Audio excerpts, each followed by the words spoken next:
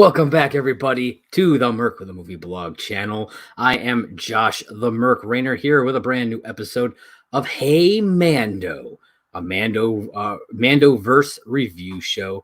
I'm going to be talking about the Book of Boba Fett, Chapter 6. From the desert comes a stranger, the penultimate episode for this premiere season of Boba Fett. I gotta say, I enjoyed the episode, but I had some of the same problems with this one that I had with last week's episode. It again was mostly a Mando episode. It really was. And watching this episode solidifies my thought that they should have done a Mandalorian special prior to this series coming out. So we could have had all of the last episode, plus like all of the Luke and Grogu stuff in this special. That would have gotten us pumped and hyped. We would have been like, yes, we're getting some Mando. It had been a while, and we're gonna have to wait a while for some more. But then it also sets up what's coming in Boba Fett. I was like, oh, okay, something's happening. Boba needs Mando's help for something. And so I really think that it was a misstep to have these in there and to not just do it as its own separate special, because then they could have just focused on Boba Fett, whether it was only going to be 5 episodes, or they could have added a little bit more into this episode. Because like they could you keep the Cobb stuff in there, and all you keep the stuff with Mando showing up finally and being there with Boba and everything, and then him going and seeing Cobb and the stuff with Cad Bane at the end, which we'll get to in due time. But yeah, it just, especially with there being 1 episode left, we have had 2 full episodes where Boba Fett is either not in it or is in it for about a minute and does not speak. And that bothers me quite a bit. This is the Book of Boba Fett. It'd be different if this had some other innocuous name, like Tales of Mos Espa. You know what I mean? If something like that, whatever, I could be okay with that. But that wasn't the case. This was a Boba Fett series. And I know that before the series even came out, they'd said that, it's kind of like Mandalorian season 2.5. But the thing is, you went 4 whole episodes with not a mention of it. Nothing. Like they didn't even have, like they could have had Cobb in an earlier episode if they'd wanted, but they didn't. He's on the planet. So again, just like last week, I love the episode. I think it's a great episode of television. I thought it was a great Mandalorian episode. I don't think it was a good Book of Boba Fett episode. There's a distinction there, but again, I did enjoy the show. So let's actually get into what happened in the episode today. We got the return of Grogu and Luke Skywalker, Ahsoka, Cobb Vanth, all of them coming back into this episode. Episode actually opens up the Pike Syndicate running into Cobb Vanth. He's not happy that they're running spice to his territory. They try to make a move. He takes them out. All but one. Faith, I'm live, please. Sorry about that, folks. Okay, here you go. Again, sorry about that, folks. We'll get right back into it. So I said he takes out all but one. He's sending a clear message that he will not put up with what's all this that's happening on Mos Pelgo, which we find out later on, now called Freetown. Pretty cool. All right. So they have this small little chest full of spice, apparently worth more than his entire town. After he takes out these guys, sends them on their way, sends the one on his way, dumps it out, right to the wind, just blows away. I was like, damn, okay. He has priorities. He doesn't care about the spice. He doesn't care about the money of it. He's there to protect his people, and that's one of the things I love about Cobb Vanth. Next, the next kind of major chunk of this episode is Mando going to see Grogu. He flies to this planet. In the now non-canon legend kind of continuity, the Jedi Temple was the Jedi Academy that Luke builds was on Yavin 4, if I'm not mistaken. We don't actually know if that's what this is. It's never stated. I tried looking up to see if it was stated anywhere what the name of this planet specifically was, but it's never actually stated anywhere. But I don't know. It might be Yavin 4, might be some other place. That's okay. I don't remember if they specifically said it in the movies either. But if any of you know, hop on to Twitter at MovieBlogMerc. Let me know. Or if you're watching right now, hop into the comments section and let me know. We'll see that right there if you're in the live chat.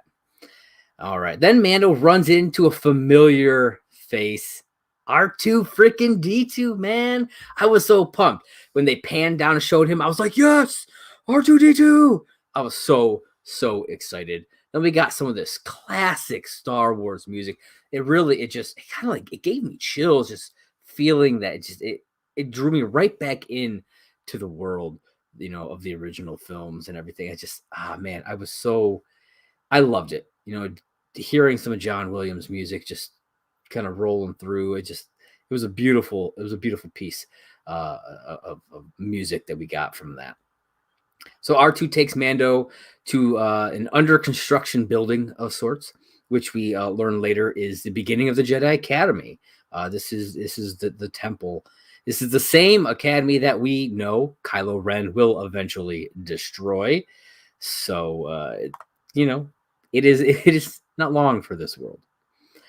We see these really cool construction droids. I think they were called ant droids or something. I mean, they look like that, which I thought was really neat, because realistically, Luke could do it himself. He could just Jedi mind, float things around. He could, but he's busy. He is focusing on training Grogu. So he's like, I'm gonna have these droids build this thing for me.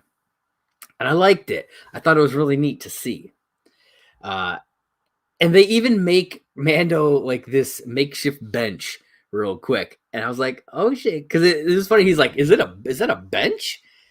Yeah, because he's going to be sitting there for just a bit. And then R2 just shuts himself down, man. I was like, yo, what are you doing? I was as surprised as Mando was. He's like, yeah, man, like turn back on. Like I need some help. So then we flash over and we see Grogu and Luke meditating. We finally got to see Grogu again. It's been a while, since season 2. It's been a bit, and so I wasn't sure if we were actually going to see any of this stuff. After last episode, part of me wondered if they were going to keep that off screen and then show us him going there in season 3 of Mando, which I think drops later this year in December, if I'm not mistaken. And so I thought that's where it was going to go. And so like we would just see Mando come back to Tatooine after all that, and we wouldn't have actually gotten any of that, but we did. And I was like, okay, I dig that because I missed the little guy. And he's like floating a little frog creature over to himself, trying to eat it because he loves himself some frogs.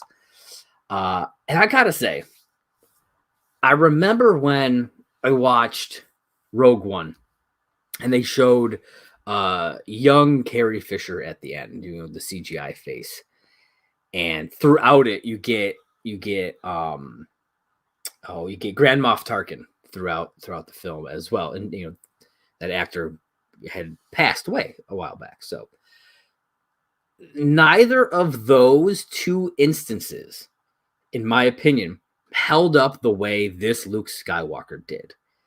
Like, I was shocked by how good the CGI on this Luke Skywalker was. I was like, wow. Like, to me at least, there was none of that uncanny valley thing going on. Like, not even in the eyes, and that's usually where it gets you. Usually the eyes are like dead. Tarkin kind of had dead eyes. It's one of those things. And so whatever they did, however they did it, um, I think that it was fantastic. And I hope that we can continue to see him in certain aspects, maybe not all the time, but just to be able to see him and do something. It's not like he was just sitting there barely doing anything. Like, he was running around, looking around, doing, like, he was doing stuff. So yeah, I was impressed.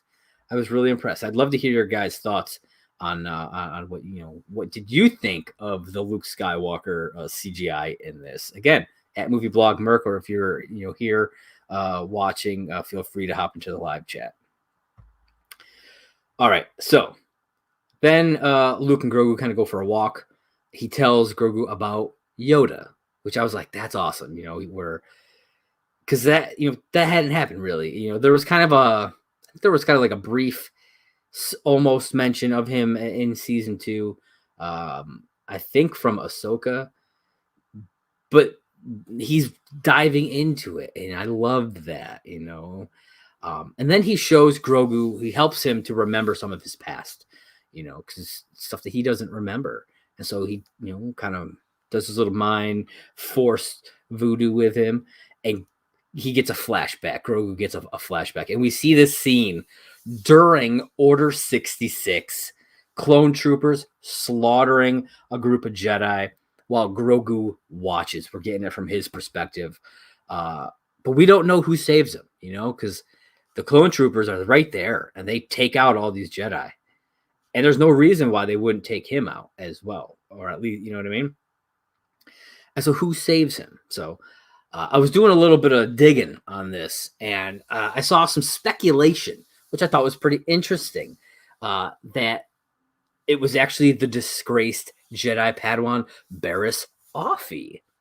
Okay, I was like, okay, interesting, because apparently there is a symbol on the wall, which I saw it, and it looks very similar to her crest, and I was like, okay, like I looked up what her crest was, and I remember, because when I watched it the second time, I made sure to look for it, and I saw it. I was like, okay, I can buy that. It wasn't exact, but like they kind of take liberties, you're doing live action, so I could buy that. And apparently, we never actually really saw what happened to her during Order 66. So this could be interesting. She was a friend of Ahsoka's at one time. So maybe we'll kind of learn a bit more about that, and maybe she'll pop back up, even in the upcoming Ahsoka series. So, I mean, again, it's all speculation, but I think that could be pretty interesting if that's the case. Let me know your thoughts. Who do you think actually saved Grogu during this scene? I'm sure there's a lot of options out there. I'm interested to hear your thoughts. Just send them my way. All right. Then we head back over to Mando, and he's kind of laying there on the bench waiting. And Ahsoka shows up, She says she's an old friend of the family, which I loved that, because, her and Anakin, they were tight.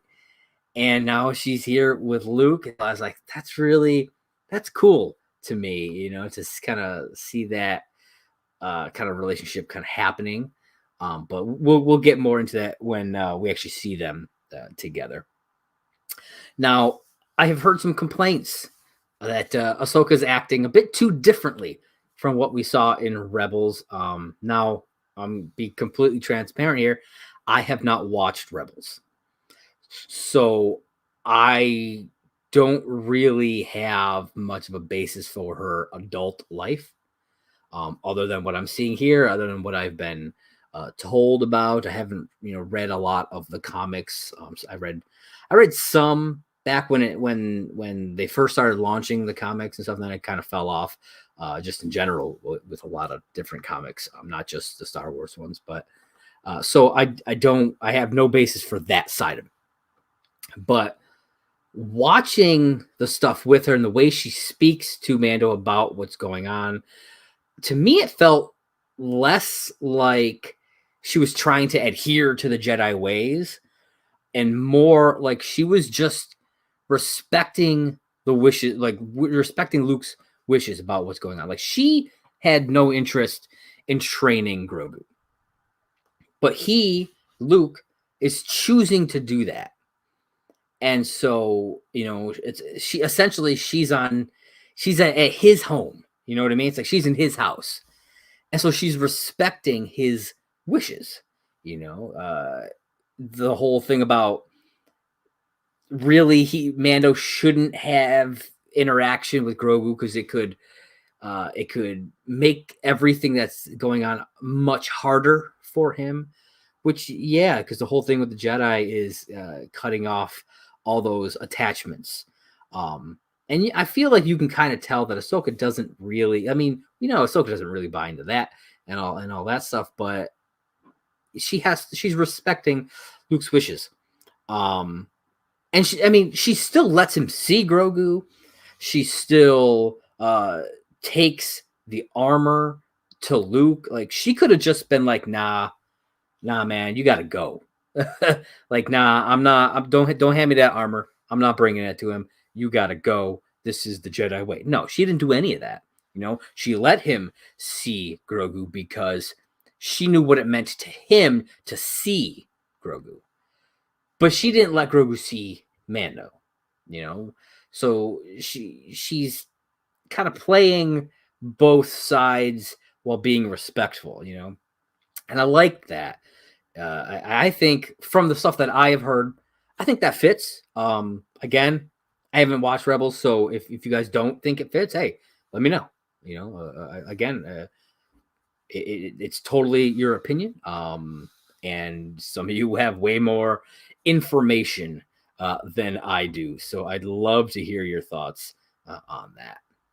All right, and so she never tells him like how he should feel, how he should think. She just kind of asks him questions, just she wants to open Mando's eyes. She wants him to realize that maybe him going there isn't the best thing for Grogu right now, and she doesn't just want to tell him, don't do this, but she also, she's trying to be as diplomatic, I think, as possible here. And I think Mando understands that, like I said, he gives her the armor and to deliver to him, and then he leaves. And as he's leaving, the ship is taking off. Grogu sees the ship, and you can tell he knows exactly who it is. And at this point, I started tearing up. This hit me hard because he knew, you know what I mean? This little guy, he's way more in touch with that stuff, and they have an incredible bond. And so he knew he was there. And he finds out, later on, obviously, but he knew he was there. And again, it hit me. It hit me really hard, and I got real emotional during both times that I watched the episode. Both times I got real emotional during it. So then we get to see some training session between Luke and Grogu. I love that Luke says this line to him, and it made me chuckle. It made me smile. He was like, "You're trying too hard. Don't try, do." And that's reminiscent of Yoda's, do or do not. There is no try. Don't try, do. It's the same. It's just that's Luke's way of saying it. And so I thought that was awesome. He learned from Yoda, and now he's the master teaching this little version of a Yoda, and I think that, I don't know, I really loved these scenes. We even get a sequence with Luke running through like the woods, or and like by this like little river type thing, with Grogu strapped to his back, the same way he did while he was training with Yoda. Had Yoda strapped to his back, running around through Dagobah. It was just awesome to see. And again, the CGI was like flawless to me. He's running around like I didn't see anything wrong with the face while he was doing that. I like, especially in the second time I watched it, I was trying to keep an eye on that, and man, it was fantastic. And then Luke kind of shows off some of his lightsaber skills, which was cool to see. And then we get the training remote orb, which was awesome to see that again. They're kind of pulling on our nostalgia strings, and that's totally okay in my opinion. Like, I have no problem with that. That's the way you got to do it. It's Star Wars, man. It's all about the past repeating itself. That's what the whole thing is about, man. It's all the past repeating itself. And so he pulls out the orb, and they start you. But as you remember, Luke used it when he was training with the lightsaber, and so like he was training for that. But here, they're not doing that. He is using the training remote to test Grogu's reflexes, jumping, running, and then so Grogu does this whole slow sequence where he's like jumping from rock to rock, dodging these things, and it was real reminiscent of I believe I'm gonna get it probably wrong. It's one of the last two prequel movies, where Yoda is battling Dooku, and he's just hopping around like crazy. And I was like, okay, but it's still the puppet, which is I don't know. I thought it looked really cool, but it was also weird to me because we barely seen this thing move around, and so it was strange to see him doing that, but it was really fun. I really quite enjoyed it. So then we get Ahsoka. Luke is watching as Grogu, is doing all this training, and he, gets the orb with the Force and like crushes it. He's really growing into his powers. Ahsoka comes over to Luke and hands him the little tied up gift that Mando had made for him, and which we find out eventually is armor. I mean, that's what it was supposed to be. Like, that's what he said he wanted it to be. But I wasn't sure because it was so small. Now, I understand he is small, and it makes more sense when you see it.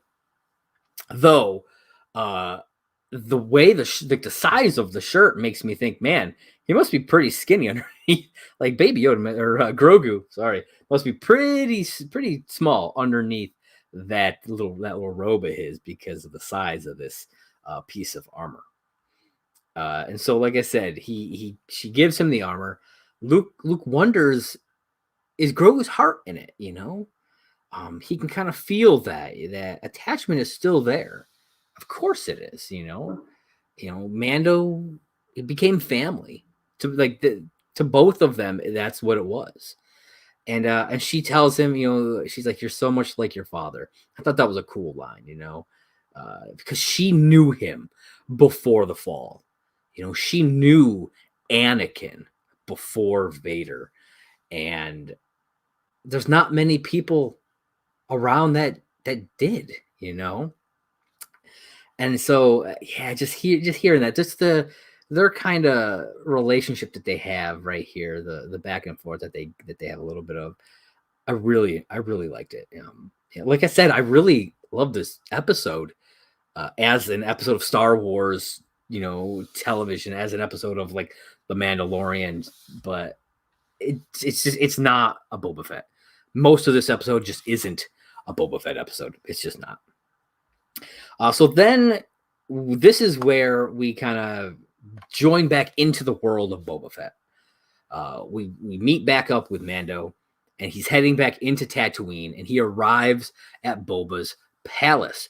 The entire crew is there. We got Boba Fett, Fennec, the cyberpunks, as I call them. Chrysanthemum's there. The Gamorrean guards are there with the mayor's little bitch boy, whose name I don't remember. And now Mando. You know, they got a little crew going, and they're discussing this upcoming war. Again, though, Boba doesn't speak. It's Fennec. Fennec is talking. She is explaining everything. And you know, she says, you know, we're going to need foot soldiers. And Mando's like, I may know where I may be able to get that. You know, I may know some people. And so he heads off. He's flying through the sand dunes. We see a Jawa sand crawler with a freaking crate dragon skull fastened to the top of it, which I think is awesome. I don't. I'm assuming this is the same crate dragon that they killed at the end in season 2 with Cobb. I mean, to me it would make sense. I don't know. Now they got the skull of it, and they're taking it somewhere. And they seem to recognize Mando's ship at least, you know, because they helped put it together. You know, they got the parts for it and stuff. So yeah, that was cool. They were like waving. And then Mando arrives in Mos Pelgo to see Cobb. Cobb's deputy, kind of a dick, man. I didn't like him. I did not like him. So Cobb comes out. Him and Mando kind of chat for a bit. Mando, he's trying to get Cobb to lead a garrison of his townsfolk as the foot soldiers here to fight against the syndicate. But he's not interested, man. All he wants to do is protect the people of his town, which I said is now called Freetown. You know, that's all he wants. He wants to protect his people. There's been enough violence here. He wants to protect his people. But, you know, Boba, you know, he kind of breaks down. He's like, you know, it's never an easy task to ask for a favor. And Cobb says, you know what, I'll see what I can do. And he's about to try. You know, he is preparing to gather the townsfolk just to lay it out and let them choose. But before he can do that, he sees something. He sees a figure approaching from in the distance. You know, Cobb sends everybody who's outside. He sends them all in because he's like, this might be trouble. I don't know.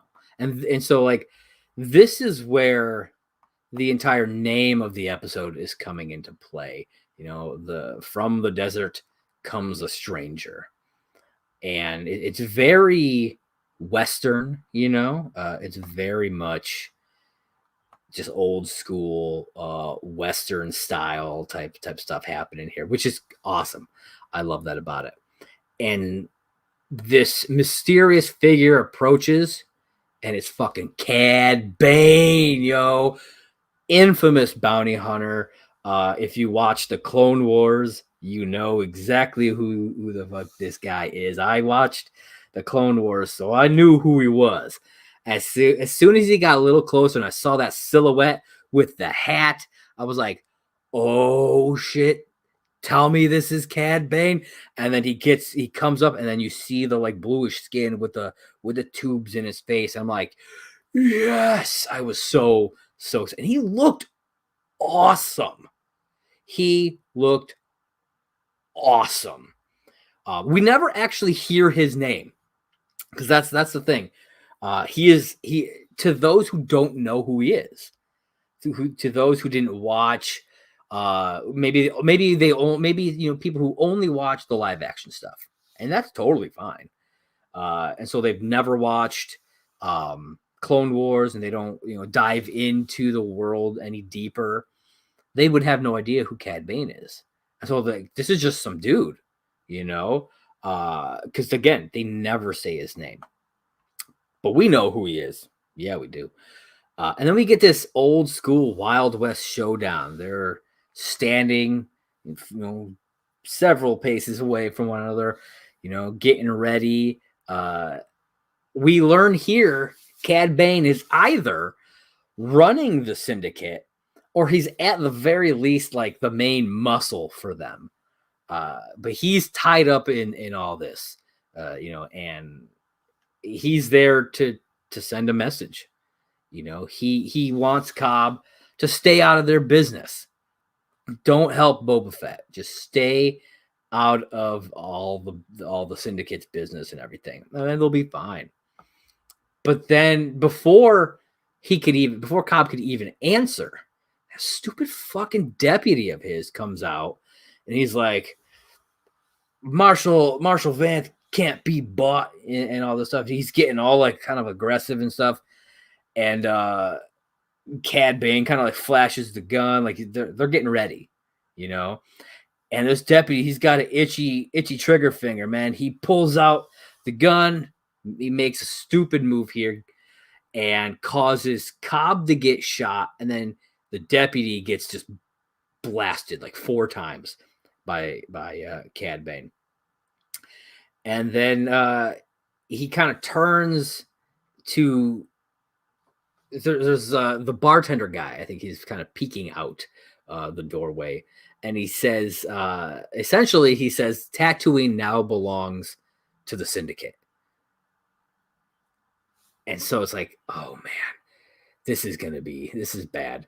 And then the townsfolk who are there at the bar come rushing out, but we don't know if Cobb's okay, if he's going to survive. We have no idea because he's been shot. And we have no idea what's going to happen there. Then we flash over to the sanctuary.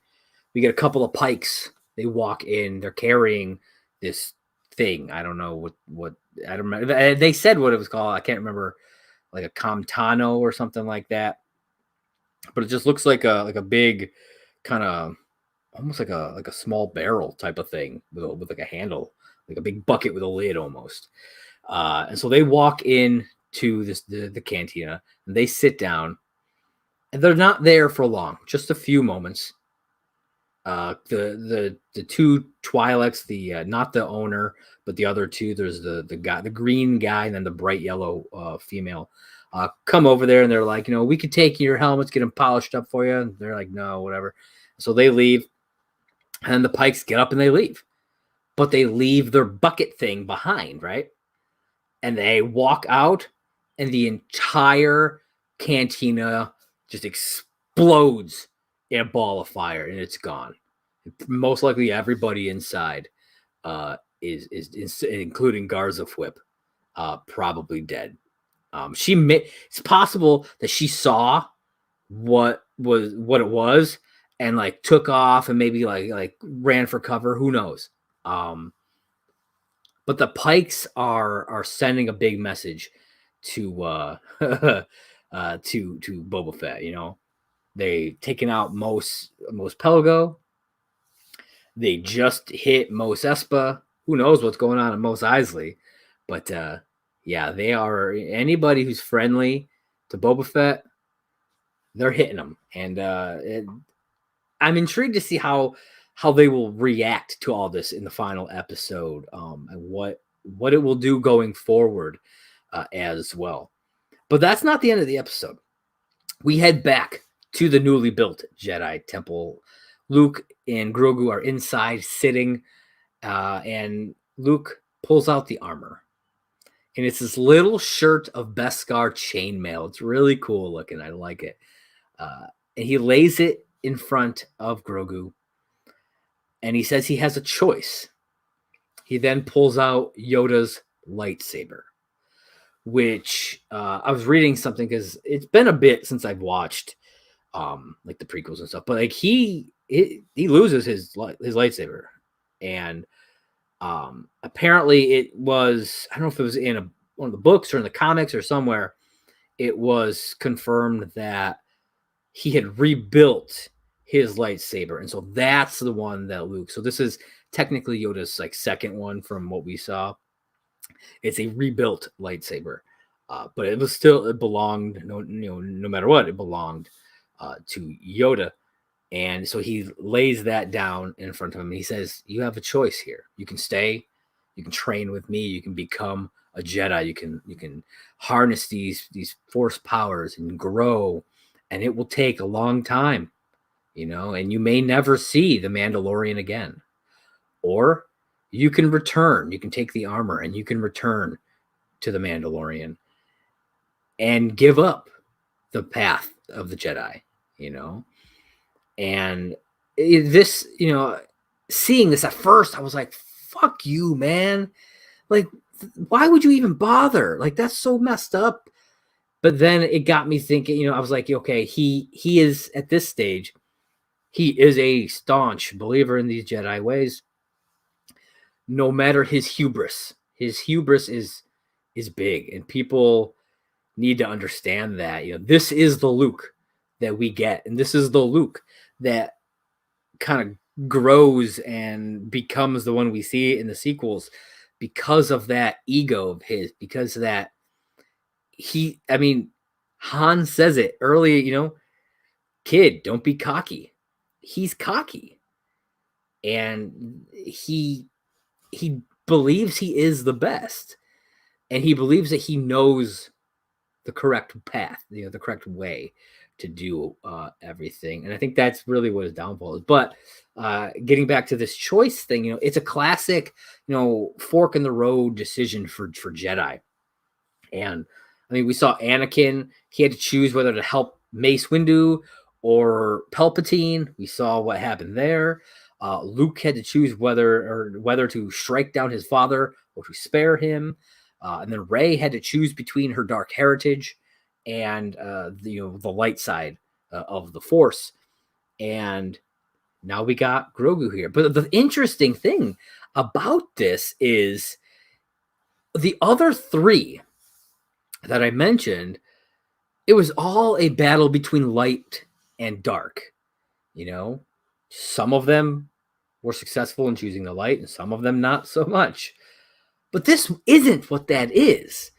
This is him choosing between Jedi and Mandalorian. It's not a light or dark side situation. It's very different.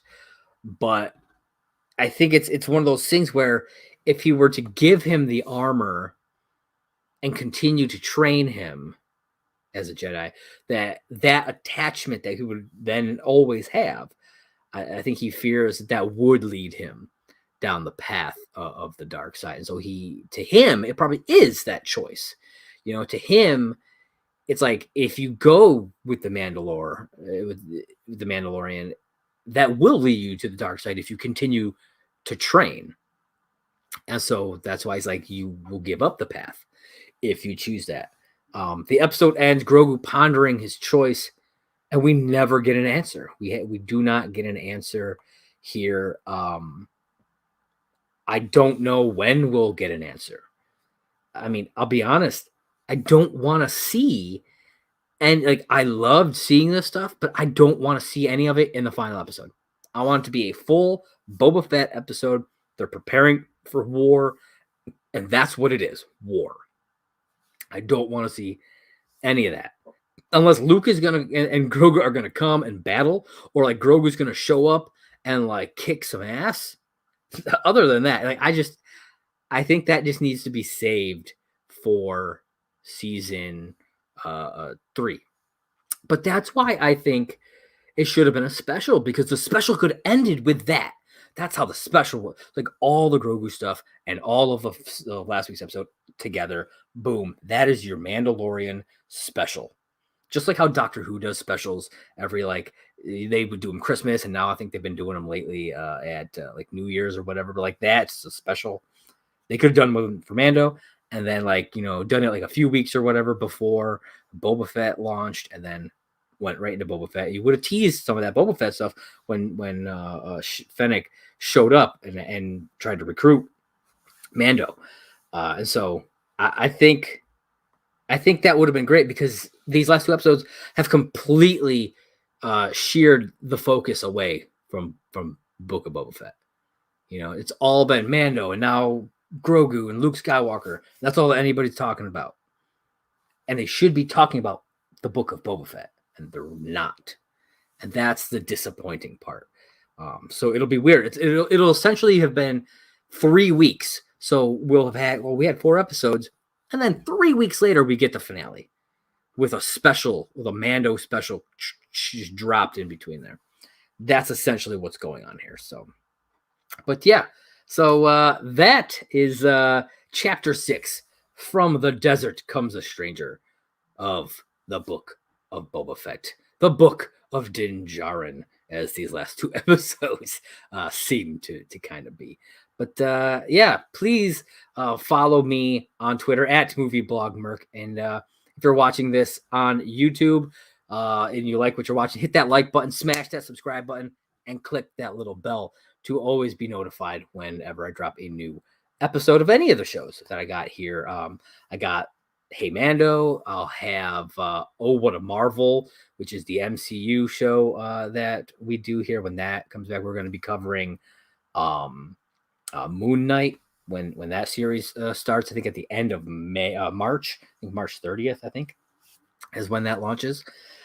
We also have Talkin' Schmodown, which is my Schmodown show, after show, where I talk about all the things in the world of the movie trivia Schmodown, as well as I do the video portion of Last Call at McLaren's right here on Merc with a Movie Blog. That is my How I Met Your Mother review podcast, and we're also doing How I Met Your Father as well. So every Monday I drop How I Met Your Mother reviews. Every Friday is How I Met Your Father.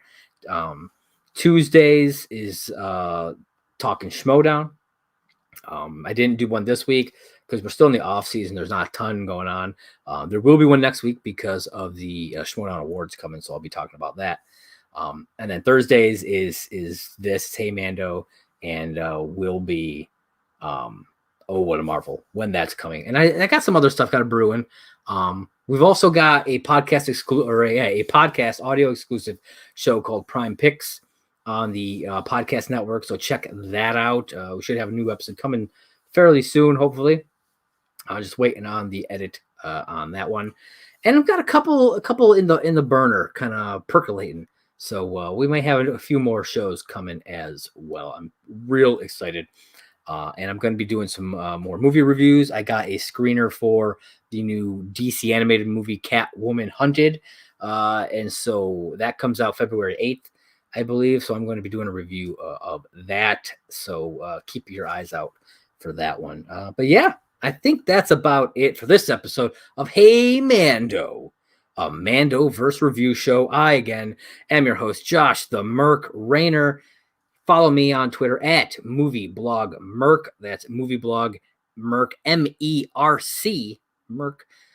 Be sure to do that, and like and subscribe on YouTube as always. Thank you very much, everybody, and I'll catch you next week for another episode of Hey Mando, season finale of Boba Fett.